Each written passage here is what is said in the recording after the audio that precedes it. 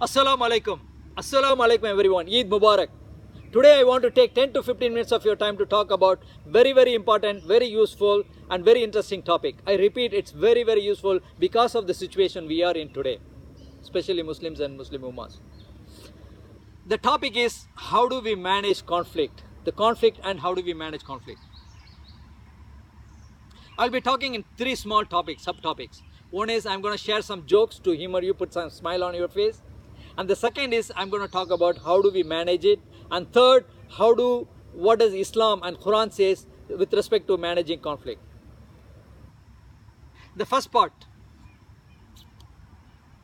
Before that, let me introduce what is conflict mean. Conflict is nothing but the friction or the tensions created between two different opinions, feelings, emotions, or values, demands, needs.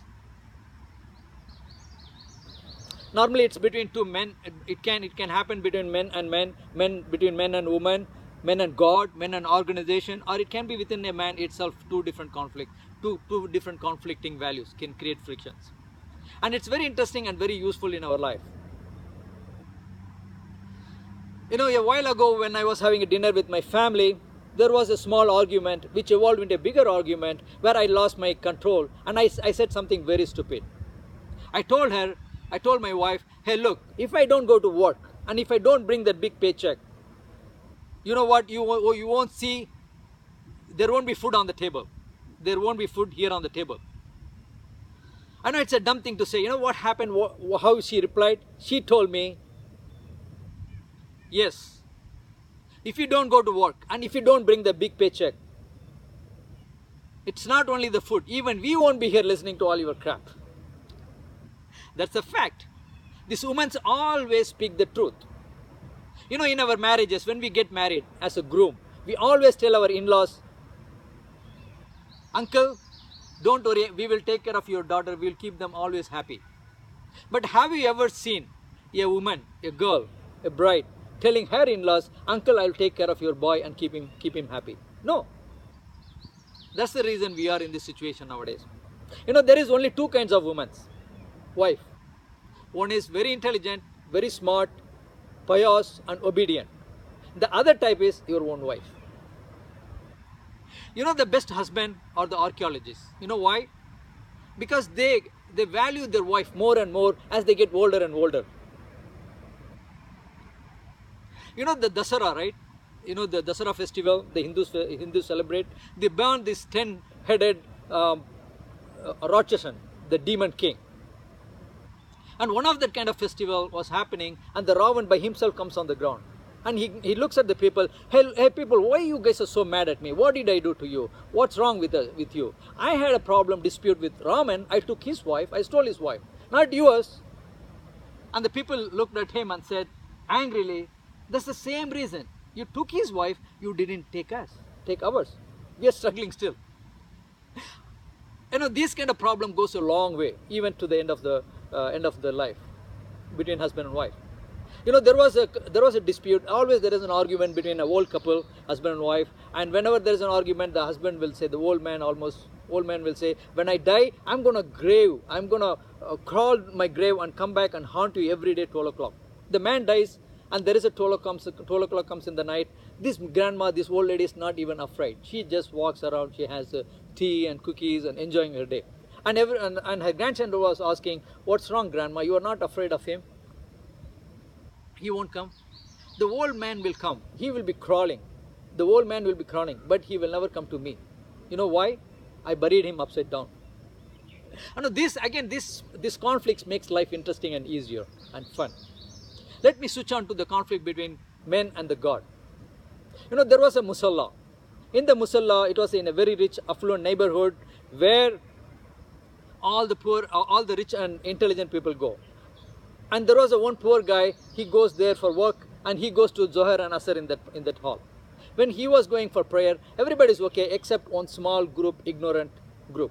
They always give him hard time. And one day they gave him so much hard time and they told him openly, we don't want to see you here. You should never come to pray here. And this man, poor man, got frustrated and angry. You know, he stepped out of the masjid, very frustrated. And when he was going out, he met the Imam was coming in the front. Imam was asking what's going on. The poor guy said, Imam Sahib, I'm going to pray so much, I'm going to ask Allah so much that He is going to let me into this masjid again. Couple of months after, this guy was shopping in a grocery shop, and the Imam happens to see him, and the Imam asks him out of his curiosity, okay, did you ask Allah? He said, yes, I prayed and I asked Allah. You know what Allah told me? He can help me. The reason is, they don't even let him into the masjid. They don't even let Allah into this masjid. So these kind of, I'm making it funny, but these kind of things are very common in our community, which creates heavy frictions, tensions, and divisions in our community. So let's look at how do we manage it. Before that, let me give you 3 important tips to how do you avoid it. The very first tip is attitude. You have to have a very good attitude. The second is communications. They say that 90% of the problem is how you say it. The 10% is only the difference between opinions or the values. The third tip is the adoption. You should be able to adopt to the surroundings.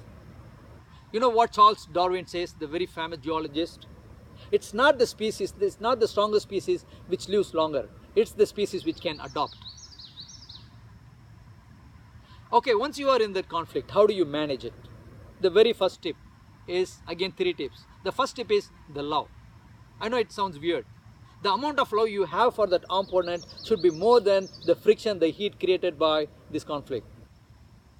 A good example is every woman. Every woman is why they can handle any big argument and conflict and they can win. The reason is they are capable of loving more, even their enemies. You know what Martin Luther King said? Love is the only force which can transform an enemy into a friend.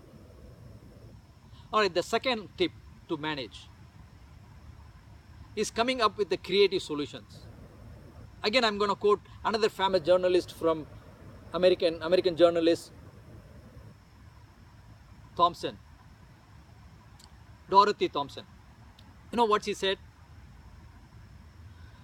Peace is not the absence of conflict. It's the presence of solutions, creative solutions, which is better than a passive aggressive or a violent solutions. Alright, let's look at what Quran says. And the third way, still you can manage, you have to bring a mediator into the game. There are 3 qualities you have to look for in a mediator. One, he has to be a good listener. The second, he has to be intelligent. And third, he has to have a good intentions. A good example is the Ali bin Abu Talib radiallahu anhu. You know that example, how he resolved a 17 camel sharing between three brothers, which has to be divided into 1 by 2, 2 by 3 and 3 by 4. He added his camel and resolved it. Okay, let's look at what Quran and Hadith says about the conflict. The Quran clearly says there is no better solutions you will find anywhere in this world. The Quran clearly says the solution, a permanent solution for a conflict is to bring justice to the injured party, the person who is affected in the conflict. Allah says in two places in the Quran, as which I know. One is Al-Nisa. Surah Al-Nisa, he says, be strong, stand behind justice, just. Even you have to stand against your parents or rich people or poor people, even sometimes against yourself. And the other place is, Allah says in the Quran is Al-Maida, the tablecloth. In the surah he says, be just. It's next to piety. Alright, let me close with this. You know what's happening around this world? Everywhere. As our brothers mentioned, Syria, Pakistan, Israel, Iran, Iraq, Palestine, Afghanistan, everywhere Muslims are being slaughtered. Every innocent peoples are being killed, and so many orphans are being produced. The reason is simple reason: the conflict and the lack of skills to manage the conflict. So may Allah give everyone in this world, especially all these Muslims, the good qualities of good attitude, good communication skills, fill their heart with love, and be just, be strong enough to stand for the justice, and come up with the creative solutions which is not violent, and bring peace to everyone in this world. Ameen, Ameen, Alhamdulillah Rabbil Alameen.